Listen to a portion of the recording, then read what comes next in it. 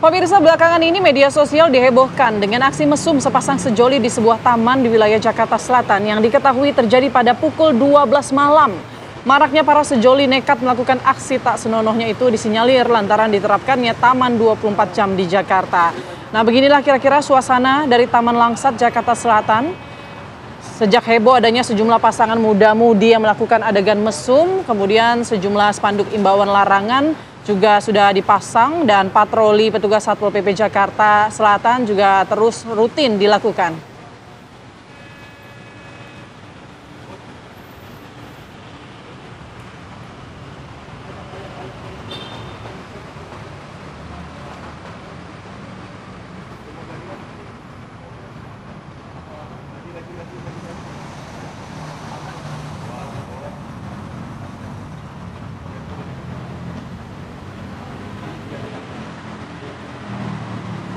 Ini niatnya baik, buka taman 24 jam biar warga bisa banyak beraktivitas, malah jadi dampaknya negatif begitu ya. Kita akan tanya ke Yunike Suwandi di sana, apakah memang aksi-aksi tidak senonoh ini masih ditemukan di sana begitu?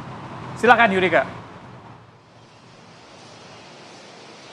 Ya Reza, Putri dan juga pemirsa TV One, ini sampai-sampai di belakang saya memang sudah dipasang banner untuk memperingatkan masyarakat yang ada di taman ini untuk tidak berbuat asusila gitu ya. Namun apakah ini bisa mengubah perilaku masyarakat yang ada di sini begitu saja? Saya sudah bersama dengan pengamat tata kota bersama saya, Mas Nirwono Yoga. Mas Yoga, selamat pagi. Selamat pagi Mbak Nika, apa kabar? Baik Mas, Mas sendiri gimana kabarnya? Alhamdulillah sehat, baik. Sehat, oke. Seger ya kita di taman ya. Betul. Nah Mas, ngomong-ngomong tentang kesegaran taman ini kan 24 jam dibuka. Ya, betul. Tentunya diharapkan untuk dimanfaatkan dengan baik oleh masyarakat. Betul sekali. Tapi kemarin sempat viral dimanfaatkannya justru ke arah yang negatif. Ini berarti apakah memang masyarakatnya yang belum siap terhadap fasilitas yang diberikan oleh Pemprov DKI Jakarta itu atau gimana Mas? Ya, ini sebenarnya merupakan tantangan ya dalam membangun atau transformasi budaya bertaman sebenarnya ya. Dengan Jakarta sebagai kota global, kita justru mendorong banyak ruang-ruang publik seperti taman ini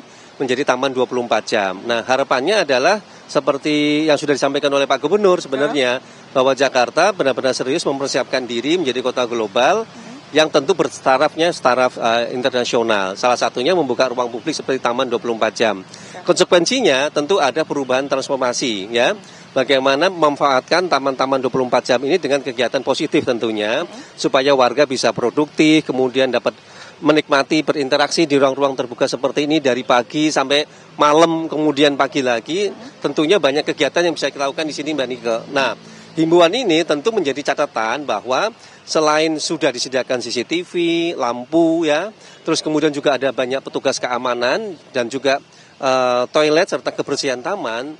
Tidak tertutup kemungkinan tadi ya, masih ada beberapa kegiatan-kegiatan yang belum dalam tanda petik sesuai dengan harapan. Nah, dari 5 taman yang sudah dibuka 24 jam nih Mbak Dika, kan ada lapangan banteng, ada menteng, ada literasi Kesina Marta Tiahut sama Ayodhya dan kita di Taman Langsat ini, kita berharap sebenarnya masukan-masukan dari warga apa yang perlu dibenahi sebenarnya agar pelaksanaan Taman 24 jam ini dapat berhasil. Tentunya ini menjadi catatan ke depan. Untuk apa? Untuk membuka lebih banyak lagi taman-taman 24 jam di Jakarta. Kenapa Mbak Nika? Karena di Jakarta ini paling tidak catatan kita ada 1.500 taman. Baik itu taman kota maupun taman lingkungan. Banyak sekali kan. Sayang kalau umpamanya tadi warga tidak memanfaatkan taman secara optimal. Kira-kira gitu Mbak Nika. Nah, tapi terkait dengan edukasi yang dilakukan kepada masyarakat ini, apakah hanya cukup dengan membuat banner, memasang banner, atau ada edukasi lain Pak? Ya. Paling tidak ada 3 strategi yang dilakukan ya. Yang pertama tentu sosialisasi saat ini kan yang paling mudah melalui media sosial ya. Dengan teman-teman dari pengguna taman itu sendiri, warga maupun komunitas, didukung dengan media massa, dapat menginformasikan apa yang boleh dan apa yang tidak digunakan di dalam beraktivitas di taman ya. Terutama kalau ini kita bisa bicara mulai dari sore sampai dengan paginya, terutama di malam hari ya. Ini penting karena tadi transformasi budaya bertaman itu ternyata tidak mudah, tetapi bukan menjadi halangan ya untuk tetap membangun taman 24 jam. Karena hampir sebagian besar kota-kota dunia juga kalau kita berkunjung ke sana, taman-taman juga dapat 24 jam diakses oleh warga.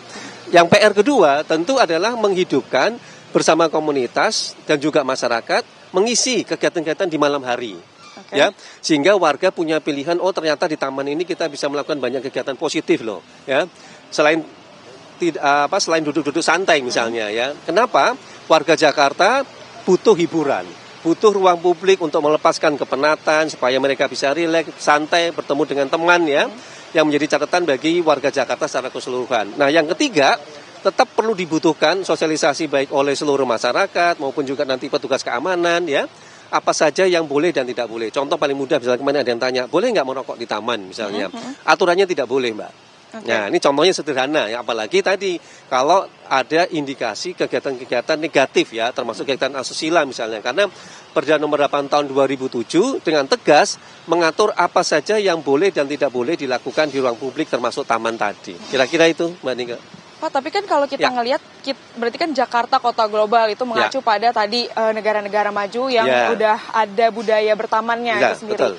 Emang kapan sih Pak kira-kira kita bisa mampu, masyarakat kita nih tentunya bisa mampu untuk meningkatkan budaya bertaman tersebut itu? Ya, tentu perlu proses ya. Kalau kita bicara perubahan suatu budaya tidak mungkin dalam waktu singkat ya. Tetapi tantangannya adalah semakin banyak nanti taman-taman kota terutama dibuka 24 jam, maka justru ini akan semakin mempercepat proses membangun budaya bertaman di kota tadi, ya. Apalagi tadi kita punya 1.500, kalau bayangan saya kita bisa punya 100 taman saja dalam 5 tahun ke depan, ya, yang bisa dibuka 24 jam, ini tentu akan merubah secara signifikan budaya bertaman kota di Jakarta. Nah, harapannya justru dengan adanya taman 24 jam ini mampu menginspirasi kota-kota di luar Jakarta, terutama di Bodetabek misalnya. Jadi warga Bodetabek tidak perlu datang ke Jakarta, tapi cukup ke taman-taman yang ada di kota kabupaten mereka untuk menikmati ruang terbuka. Dan ini juga bisa dicontoh kota-kota besar lainnya seperti Bandung, Jogja, Surabaya misalnya. Jadi semangat itu yang sebenarnya kita dorong agar taman publik yang benar-benar dapat diakses oleh publik tadi selama 24 jam dapat terwujud nih Mbak Nika. Oke, siap Mas Yoga, terima kasih atas waktu dan sama-sama penjelasannya. Pak. Kita tentu semuanya berharap di sini ya Putri, Reza dan juga pemirsa TV One untuk taman ini justru menjadi fasilitas yang positif untuk masyarakat dan bisa adanya budaya bertaman begitu ya. Betul sekali. Siap, saya kembalikan ke studio. Baik, terima kasih Yunika.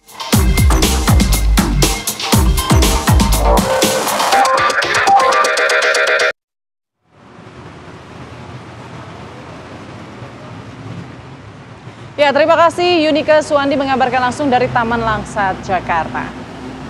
Dan pemirsa, informasi tadi sekaligus mengakhiri jumpa kita di Apa Kabar Indonesia Pagi hari ini. Saya Reza Baluel. Dan saya Putri Windasari. Reza Baluel asli orang Yaman. Cakep.